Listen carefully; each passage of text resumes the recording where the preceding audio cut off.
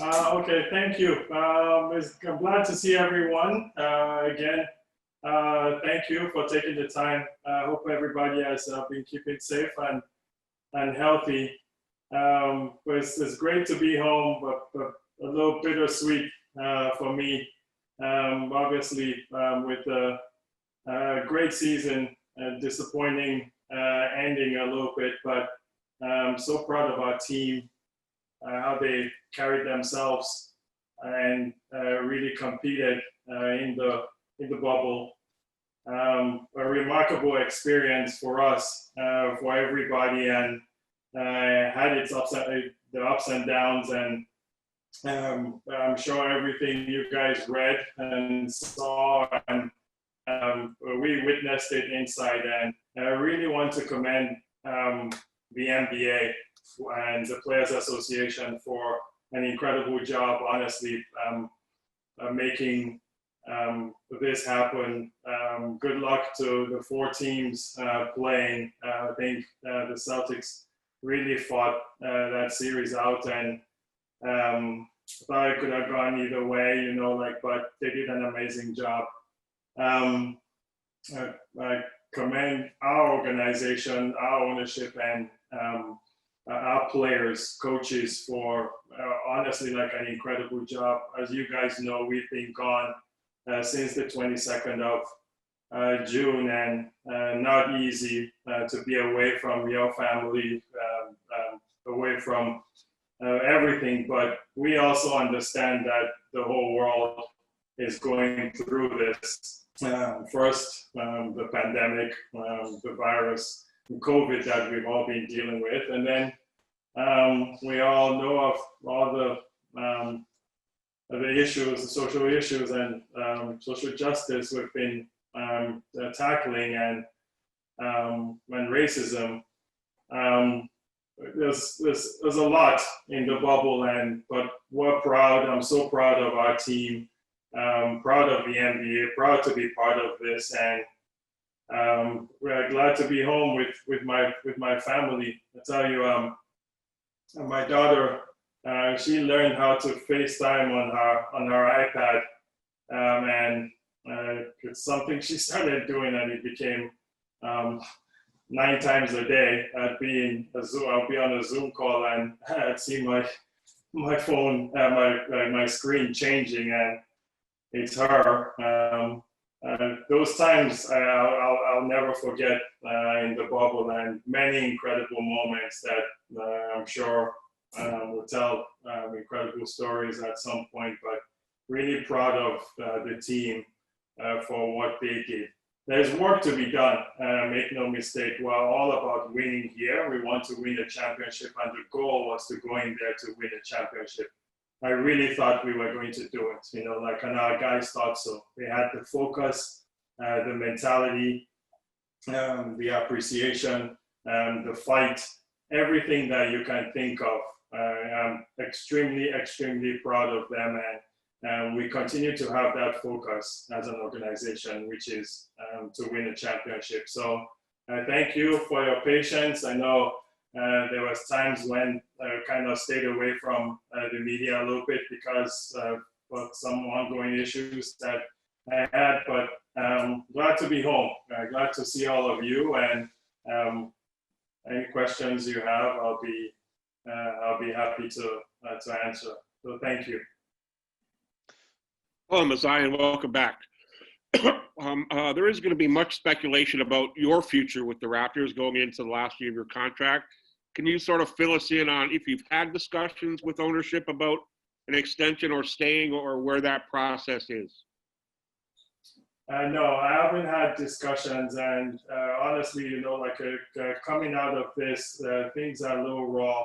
I'm going to reflect a little bit, and we will address it when it's time to address it. It's not something I'm going to do in the media and publicly with respect, but no, I haven't had conversations. It's been it's been an obligation for me to take care of my leadership team, obviously starting with Nick Nurse, and super excited about that. He is the future is bright. But in terms of me, I haven't had those conversations, and I'll wait till those happen in the future. Thank you very much. Just one follow-up. You did mention the social justice issues that you guys were at the forefront in Florida. How can you continue that on in Canada now that we're in a lull in the basketball season up here? Well, it's a great question, Doug. We have to, I think the bubble was a great platform for us. All these things, I talked about this in my op-ed, how there's always a cycle, and we cannot let it be a cycle. We have to address these issues straight on. And as an organization, we're going to do this. It started right before, obviously, with George, and we all started making our feelings known. I had my own incidents, and everybody has dealt with it in their ways. We see what's going on with Pascal. We know of his struggles in the bubble, and he'll get through that. We were very confident with that. But the fans, people, they have every right to their opinion and to make judgments on our team, but I feel that to take it that far where it went, but Doug, to your question, there is racism everywhere, let's not make any mistake. There's racism in Canada here. I know there's a focus on the United States, but this is a global pandemic. This is something we're facing everywhere. And as an organization, we're gonna face it square on. Whether it's calling people out, whether it's developing programs, whether it's hiring people or focus on hiring Black people, minorities, indigenous people, we're going to focus on this, and I think we're showing that. Our players have shown this in their commitment, and I feel we were in the forefront of this, and I'm proud of not only our players, our coaches, everything we're doing with, whether it's voting, whether it's polarizing this, whether it's talking about it, we're going to do whatever we can, to continue this conversation. Thanks very much, Jose. I appreciate your time. Thanks, Doug. Hey, Masai, glad you made it back safe. You're looking good. Wanted to ask you about your priorities. Going in, you've got a long list in the offseason, obviously. You got Nick done. Where does your list start now? Oh, man. It's nice to see you, Mike. It's a nice beard you got there, man. Thanks. A lot of time to work on it. We have so many. The team has done a great job. As I said, it starts with our players, obviously, first, and guys have been incredible. You want to start with whoever our free agents are. You go from Fred to Serge to Marc Gasol to Rondae to Chris Boucher. They have been incredible. There's a priority for us. There's a priority with Fred. With our bigs, this has been our signature as a team. We also have to look at the game and see where the game is going. And we also have to wait on the NBA. We're all waiting on the cap and seeing where the numbers are going to fall. And that's going to be interesting, to see. But how we've dealt with this with our team. We have to really look at what is now. We have to look at the short-term future, and we have to look at the long-term future. After that, we have to look at a key year, which is in 21, and free agency then. So this is where we have to really, I think, buckle down and really maybe make an assessment of what bubble basketball was against what the real outside the bubble basketball was, which was last season. We have to figure out all of that, and this is the time for us to do this. This is our time. This is you support as much as you want during the bubble, during the playoffs, during the season. Now is the time for us to work. Now is the time for us to do our jobs. And if I could, just looking back on the bubble, having been there where you were, did you see, or what was the biggest challenge that the bubble presented to doing what you guys wanted to accomplish this time? I think it comes down to the mental aspect, being confined in one place. You know, that was really difficult every day. Going back to your room. I understand. I sympathize with the whole world. We are all going through it, you know. Like, so we're not here complaining. We were in a nice hotel. We were. I think we were treated absolutely well. You are limited in the things you do, in the space you have, and where you can go. Also not, and so the mental game. I think the mental aspect was really the hardest part, and it was hard for me. I can't even imagine the players going around and seeing. There was good and bad to it. Seeing your competitors, you know, like people you're competing against every day. In the elevator, and they're in the same elevator, or you see them when you go testing or walking in the corridor. And when you start competing, you know, like that's not easy to do. I mean, I saw Brad Stevens every time I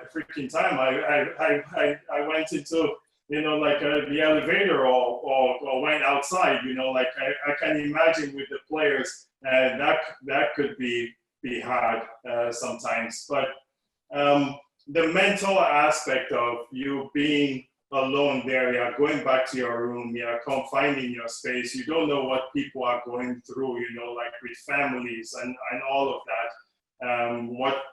what things they are dealing with outside, and it's beyond control. I will say this also, Mike, when you are in the bubble, yes, there's social media. I don't follow and see a lot of that stuff, you know, like I'm sure some of the players do, but you don't understand as much, you know, like how you're affecting the world and what is going on outside, you know, like, and that's hard because you're in that space. You don't have a feel for it, you know, like you don't have a feel for somebody to touch you and say, hey, what's up? Or, you know, it's all, you know, like the people that you're with and the people you're going to battle with, either against them or with them. And that was the 37 people we were with or the people we were competing against. I think it brought some camaraderie in the NBA. I got to know a lot of players, people better than I did. But on the overall, to me, the struggle was just the mental aspect. All right. Appreciate that. Thanks, Masai. Thank you. Hey, Masai. Good to see you.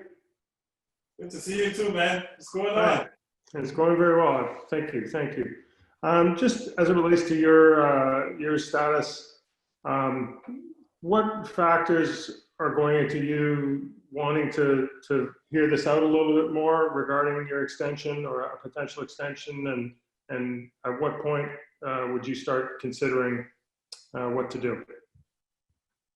I think it'll come. When it comes, Grange, we'll deal with it face on, you know, like, but as for now, I'm focused on other things, and when that time comes, I will deal with it. Is there any part of you that could see that the questions around it could be perceived as concerning, that maybe you might not be thinking about Toronto beyond this year? No, honestly, there's no distractions, you know, like these things, they come and go, they happen. to me, if there's no distractions with me, with my team, with the organization, I'm totally fine with it. I understand that it gets talked about, but there's a focus that when there's a time to have a conversation, we will have that conversation. What was the thing you looked forward to coming home the most? My family, I talked about my daughter, my son, my wife, everybody, like enough of FaceTime, man. It was time to see them live. I remember one day in the bubble, I asked my son, like if he had gone out and played soccer in the backyard, and he goes, no. And I said, why? And he says, because you're not here. And that hit home, because he usually doesn't care. He can care less. My daughter is the more affectionate one, and she'll, but when he said that, like I could tell, like I truly missed my family and missed being home. And thank you to Canada for giving us this 14 days that we have to stay at home and we're locked in,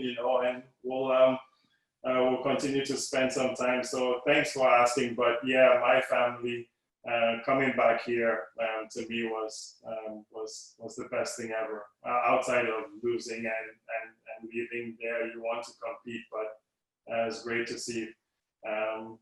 Like Kyle said, time to get out of that. Thank you, sir. Hey, Masai, how you doing? I'm good, Josh. How are you, man? I'm doing well. Congrats on the great season, and thanks for doing this. I wanted to ask you about Pascal. I mean, obviously, that series didn't go as he would have wanted or that you guys would have hoped. But given his importance to your future, I imagine you're happy that he's had that experience and can learn from it. Going into such an important offseason for his development, what do you say to him? What's your message to him? We tried to understand, like what he went through, and we talked extensively. Honestly, it wasn't even just me. I think Kyle, Fred, those guys did an incredible job. Coach, Nick Nurse, Bobby, everybody stood by Pascal. There's something about that bubble that brought all of us together, and that was truly unique for me. So for us to get into, finding out the struggles he had with going through COVID and the COVID period, and being confided to, to a space and where he was with his rhythm and trying to get back into it. I know Pascal. We all know Pascal. Sometimes we need this almost like a kick in the butt, some kind of adversity, and he's gonna bounce back 100%, from this. And he acknowledged it. You guys saw it. He felt he let the team down. We feel that we will just stick by him, stay with him as always.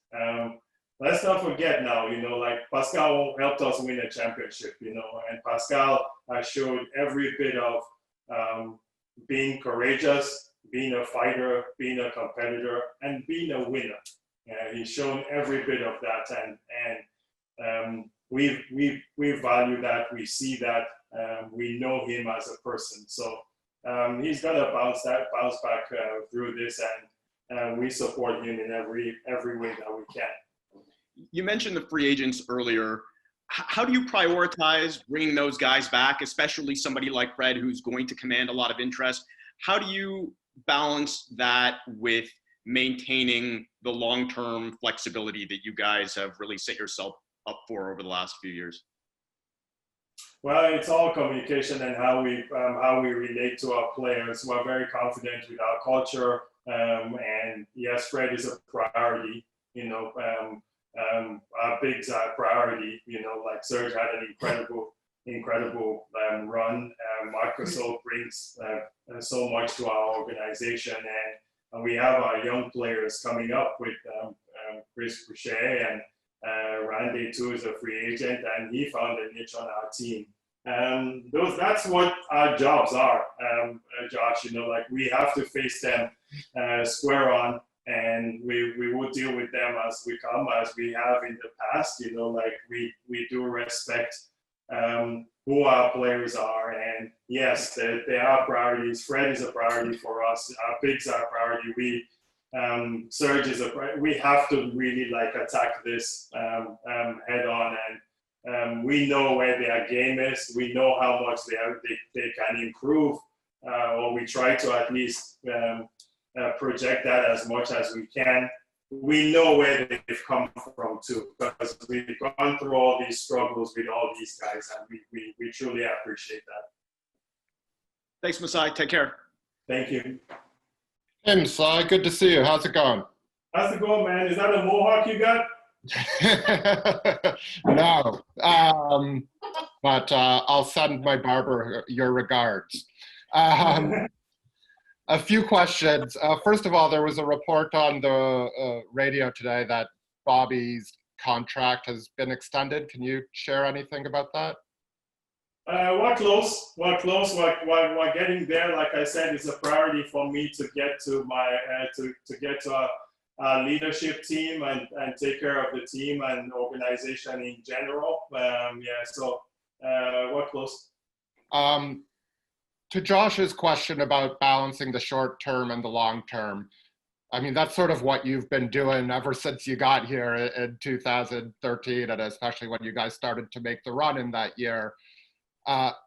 Does it feel at all any more difficult given the short-term decisions you have coming right at you to make that, and the importance of the long term to strike that balance right now? Does it seem different in any way?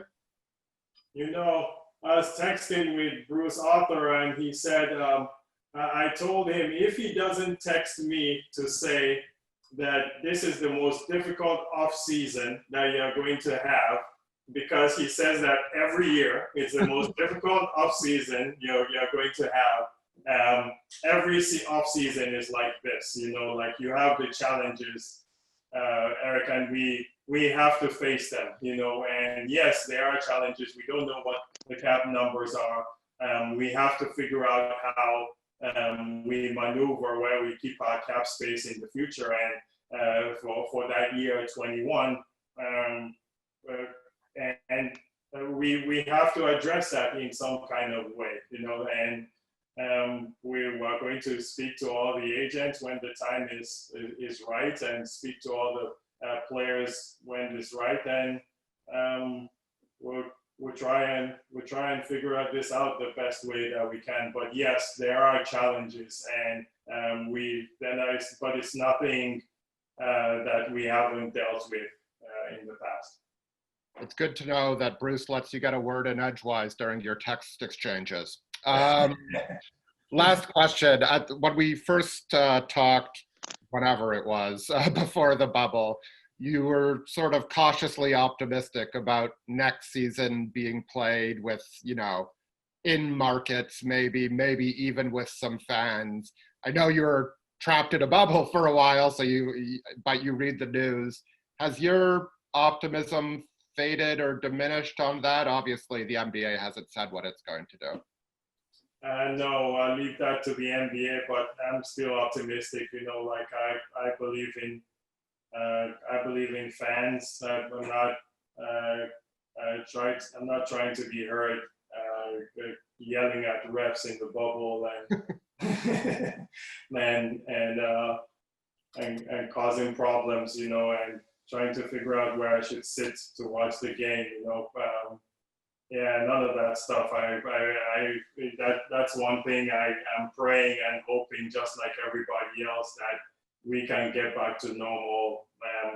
I want to play with fans. I want us to figure this out. This pandemic is serious. We know that there could be a second coming, in the fall.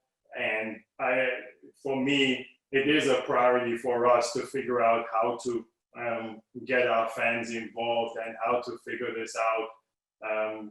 going forward. And I know the NBA is grinding on this as much as they possibly can. So yes, I continue to be optimistic. Thanks, Masai, and enjoy your family time. Thank you. Hey, Masai. What's going on? Not much. I'm still in the bubble, so I got In the bubble, man.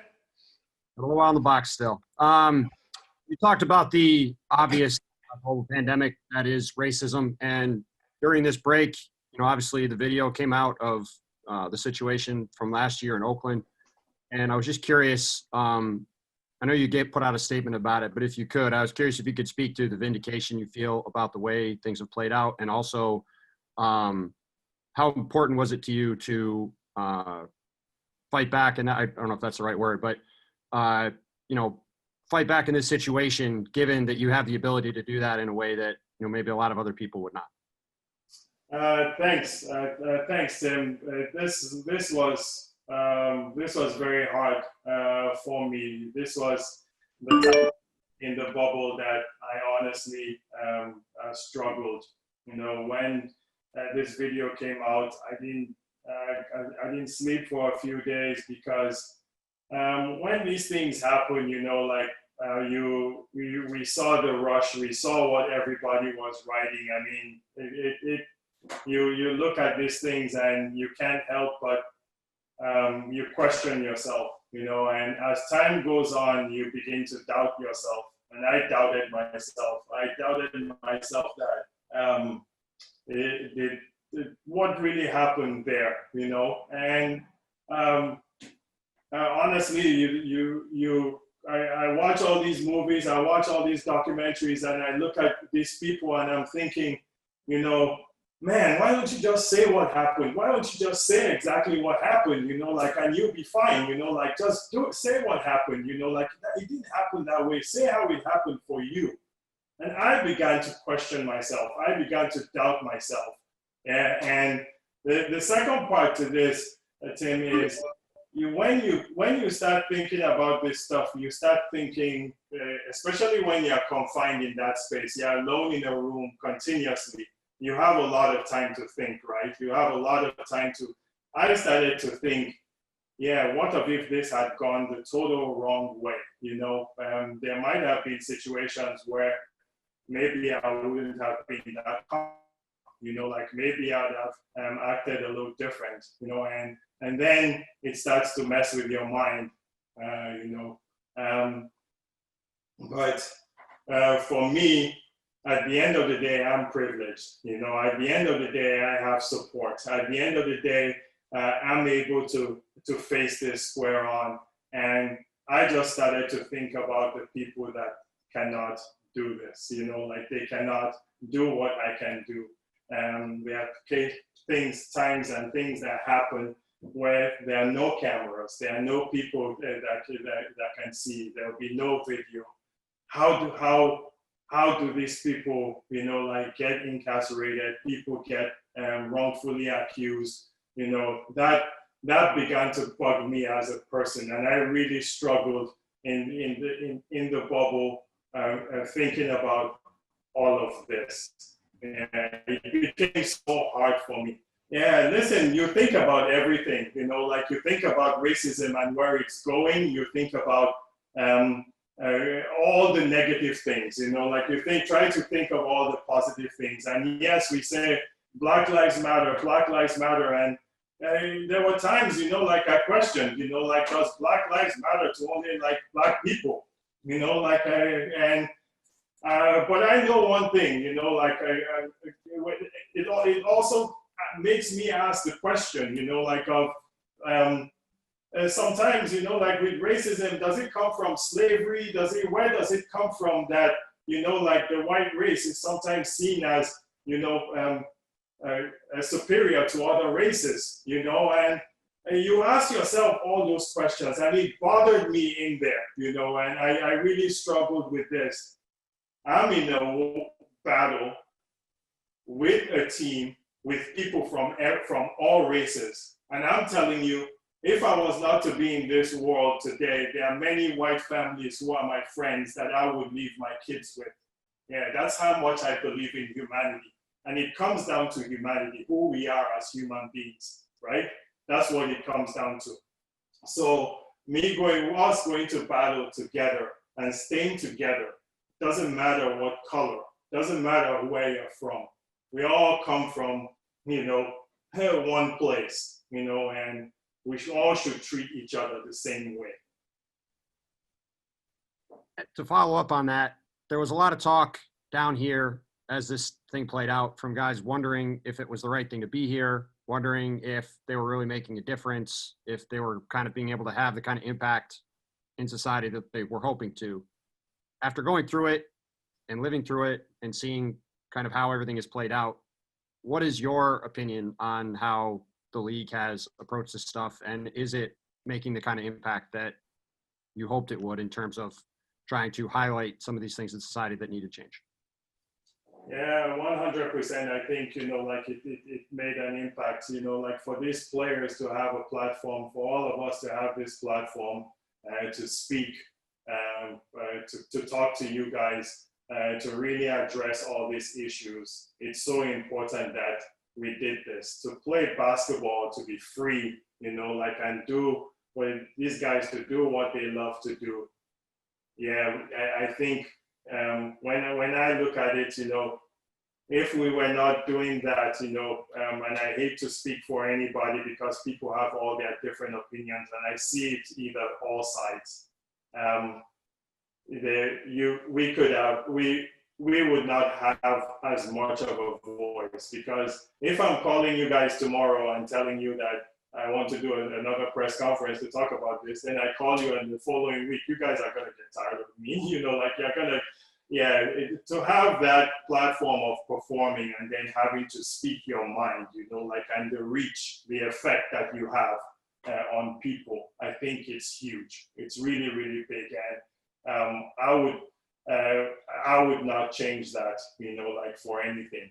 I think there was definitely a time when I know my team we talked about the boycott, we talked about we talked about the mental fatigue, we talked about everything that was going on. Jacob Blake, the kid coming out and shooting a couple people, and these are things that piled on, and you could tell there was a mental drain on these players, and everybody was tired, and there was a time for a pause. We needed to pause at that time. I think it was good that the NBA, the Players Association, everybody understood. And I was proud of all sides, to really, really sit down, address the issues, especially voting. I commend LeBron, all these guys, the Kyle Lowry, Chris Paul, the part that they played, Jaylen Brown, McCullough, they all played a huge part in this. Also the league, with Adam Silver and what he's doing, Michelle, seeing everybody, I was in there. I was opportune to be in a couple of the meetings with the players. I really appreciated it from both ends, but we have to fight this fight. Yeah, we have to continue this fight. And it starts with voting. Yeah, it starts with voting. We cannot be afraid. A lot of leaders are afraid to speak. A lot of leaders are afraid to speak their mind. We don't know what the issue is. The issue is leadership, okay? The issue is leadership. We all need to go and vote and make the change that should happen, and we go from there. I appreciate being able to speak your mind, Masai. Thank you. Thank you. Masai, thanks for doing this. Thanks, Steve. You're in a unique position, being the only Canadian team in the NBA and in charge of the only Canadian team in the NBA. And sometimes you see issues out there that really don't pertain to this country at all. And I'm wondering, in the city that you live in and operate in, shootings in Toronto are up 180% since you came in and joined the Raptors. Death by gunfire is up by over 180%. Is it time for you and the Raptors to get involved in more local issues to try and work with a city that's seeing crime at a rate it's never seen before? I think so, sir. Any way that we can help in the positions that we are, work seeing it. It's so weird that you said that, because as I was walking out of my room today, my wife was looking at her phone and she said to me, the shootings and the killings are becoming too much here in Toronto. And we've talked about this a lot, and we need to do something about it. We're not omitted from all this stuff that's going on in the world. And I hear what you're saying, but there's racism here. We sometimes think that, oh, like we're not included in all of this in Canada. There are huge issues here.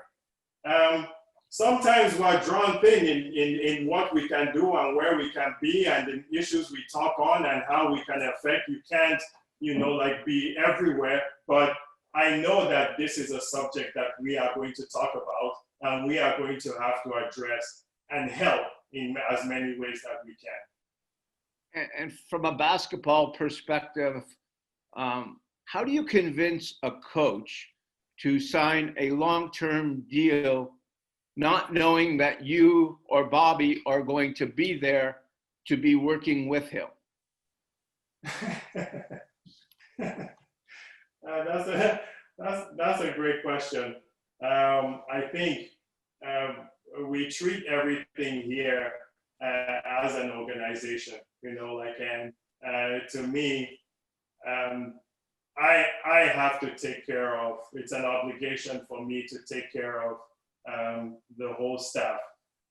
Yes, Nick Nurse will be concerned about me. He will be concerned about leadership, but he knows, I think he understands, where we stand with this. And I think Nick Nurse has an incredible career, ahead of him, and this was the next jump for him. And I think that was a priority for us, even as an organization. But normally, maybe president goes first, GM goes second, coach goes third in the hierarchy of signing, and that's why I found it unusual. Maybe you take care of the organization first and you go last, maybe too. Maybe. Your call. Thank you. Thanks, Steve. Hey, Masai. Thanks for doing this. Hi, Steven. How are you? I'm good. Thank you for asking. Look, in regards back to what Tim asked, when the Bucks did kind of enact their boycott, can you tell us like where you were and what you were thinking in that moment when that historic moment happened? Yeah, it's funny. I'm trying to even think back exactly where I was. I think we were. I think I was in my room, but to go back, the Raptors were the first team. We were the first team to discuss it, as a team, and our guy has done a great job in being engaged with all the meetings we have. I think Nick Nurse has been incredible. Bobby has been incredible. All our leaders, we just hired John Wiggins, Teresa. Everybody has been really good with kind of what we're trying to build as an organization in tackling these issues with Black Lives Matter. And so we had a meeting, and it's funny, we had won, we were 8-1 in the bubble, we were 3-0 against Brooklyn, and we were winning. There was no reason for any cause for alarm or anything.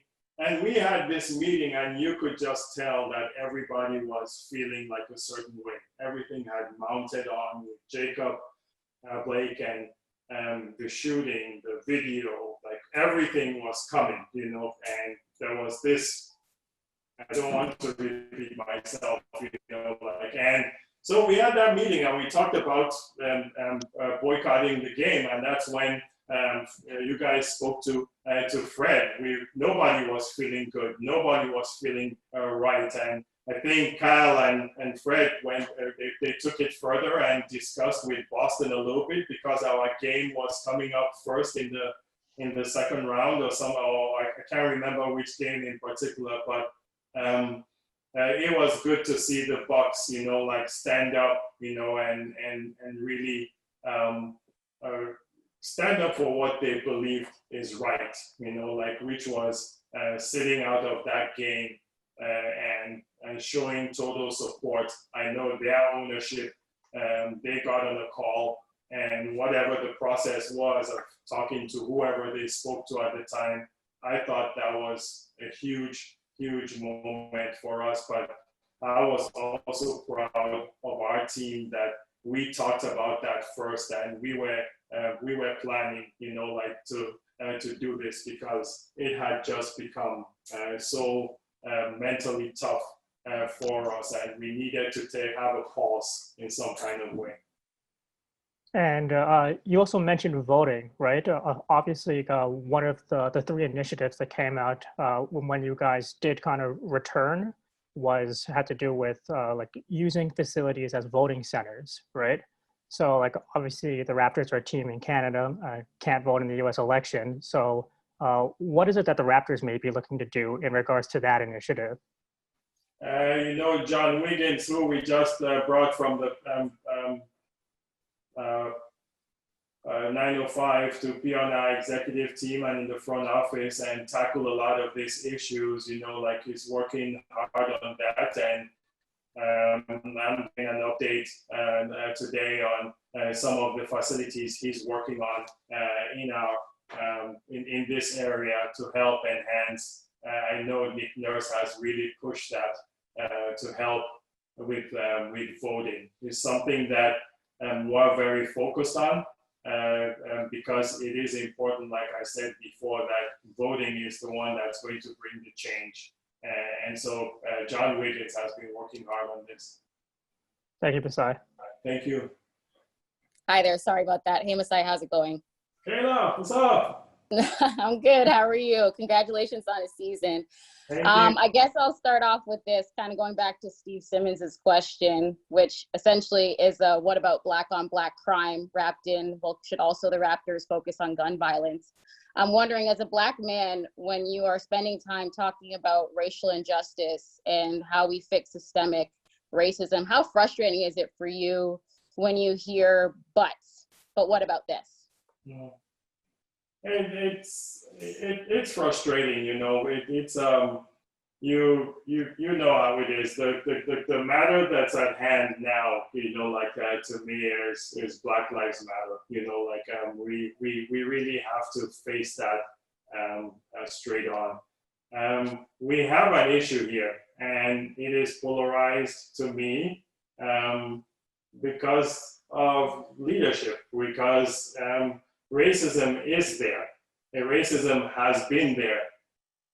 Just like everything else, there's a large amount of good people and there's a small amount of bad people. And I think we have to figure out a way to overwhelm. Yeah, we have to figure out a way to make an impact, you know, like to create programs to help youth, to see more people in these boardrooms, to see more Black people, more minorities in these boardrooms. That's what's going to make, I think, the difference. It is important for us now to have a voice, yeah, because you don't know when that voice might not be there. You know, like now we have a voice. It's what the players talked about, it's what you talk about, it's what we are all talking about. We have to have it now. It's very, very important.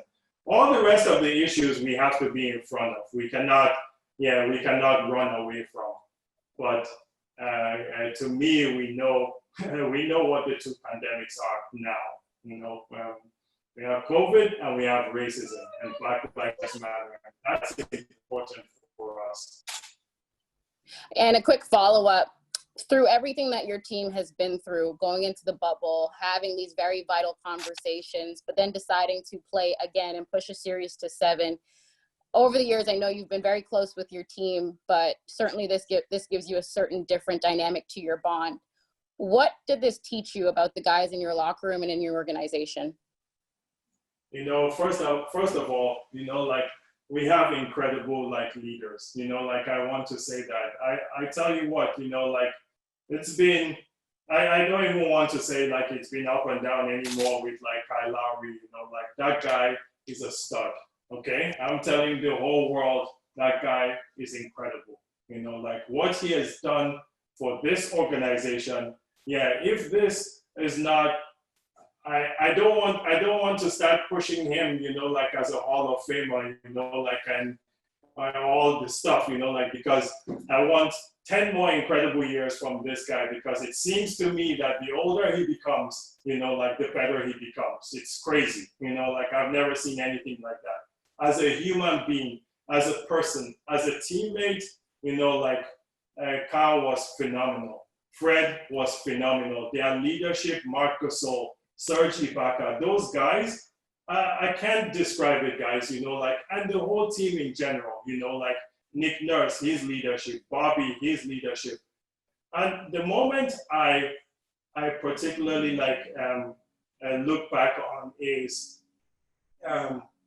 every time we finish practice, the veterans always going first, right? They take the first bus, they go in, they do their workouts. And so when practice is done, we'll get on the bus and we'd all would drive back. So usually it's like 4 or 5 veterans doing this. So it's Kyle, it's Fred, it's Marc Gasol, you know, it's sometimes it's Norm, you know, like so on the big bus, there's only like 5 or 6 people. And in the beginning of the bubble, you know, like you see, we all sit like separately, you know, like very far in the bus. And as the bubble went on, we all like sat closer together. And it was a very telling moment for me because we couldn't wait to get on the bus and you all talk to each other.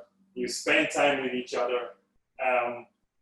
For me, I loved it, you know, like that. To see these guys, I know it was a tough environment, but they showed real resilience, you know, and coming together. And I really appreciated that, you know, like with the leadership, you know, our veteran guys and even guys like Ronde, you know, like OG, just growing up, you know, like everybody like grew up a notch, you know, and that was incredible. Thank you so much. Thank you. Nice to see you, Dale. Hi, Mr. Ujiri. This was suggested by fans, but do you think that Kyle deserves a statue in front of Scotiabank Arena? And will you make sure of that before leaving the Raptors at any point in time? Hey, we'll figure out, you know, like we'll figure something out for Kyle, you know, like at some point. I do want to use this opportunity to talk about some of our young players, you know, like I think they were outstanding. I thought to see OG go through what he did last year. He lost his dad. He went through the appendix, you know, and basically like lost a year. I thought, you know, like his comeback this year, trying to help the team, growing up as a person. I thought OG was outstanding, and we're really proud of all the young players, Chris Boucher and Terrence Davis making second team, and Matt Thomas figuring out a way to like now start playing and being part of this team. Norman Powell in the growth that he's made from a role player to now starting to become a prominent player with us. I'm really proud of this team. Our coaching staff did an incredible job. So to Nick, his assistants, and then everybody else. The last person I'll thank is JQ, Jennifer Quinn, for dealing with all of you guys. I know it's tough because all of you are all very tough to deal with. So I give Jennifer a lot of credit for her work in the bubble, and she wore a lot of hats, including putting up posters and dragging bags, our medical staff, and then back again to our ownership. I thought everybody was phenomenal. I say it again, guys, I'll go to battle with these guys anytime, any day. They were incredible. So thank you.